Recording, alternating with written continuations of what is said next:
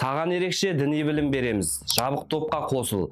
Тек біз ғана дұрыс жолдамыз деген ұсыныстар әлеуметтік желіден келсе, бірден сене салма. Қазір интернетте діни тақырыпты пайдаланып, адамдарды түрлі күмәнді топтарға тартуға тырысатын аккаунттар кездеседі. Олар адамдарды қалай қызықтырады?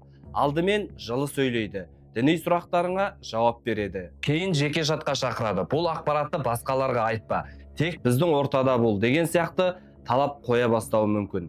Міне осы жерде абай болу керек. Ең бастысы эмоцияға ермей ақпаратты тексеру. Діни білімді бейтаныс адамдардан немесе белгісіз парақшалардан емес, ресми діни ұйымдар мен білікті мамандардан алған дұрыс. Күмәнді аккаунтқа сенбеңіз, белгісіз сілтемеге өтпеңіз. Жеке мәліметтеріңізді ешкімге бермеңіз. Есіңізде болсын, интернеттегі әдемі сөздің артында қандай мақсат тұрғанын бірден білу мүмкін емес. Сондықтан кез келген діни ұсынысқа сенімді ақпарат, сыни көзқарас және сақтықпен қараңыз.